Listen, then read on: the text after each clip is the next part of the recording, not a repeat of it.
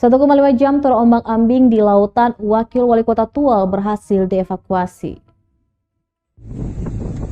Speedboat yang ditumpangi Wakil Wali Kota Tual, Usman Tamge, beserta rombongan sempat mati mesin di perairan Pulau Ubur, Kabupaten Maluku Tenggara, Sabtu 29 Januari.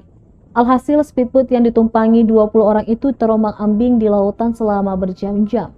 Kepala Basarnas Ambon Mustari dalam rilisnya yang diterima tribunambon.com mengatakan Tamge dan rombongan berhasil dievakuasi tim SAR gabungan pada pukul 9:15 waktu Indonesia Timur.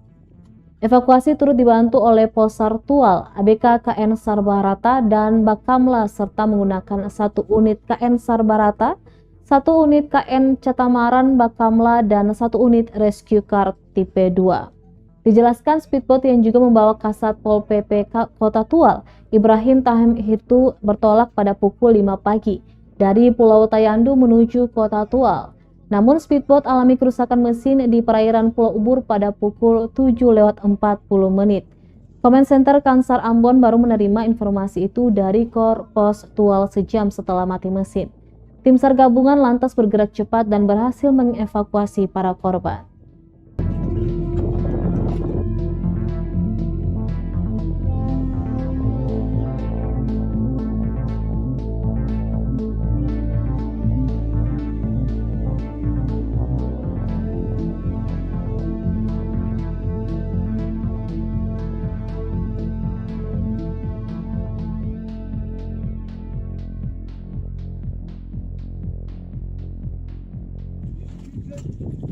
Terima kasih sudah nonton.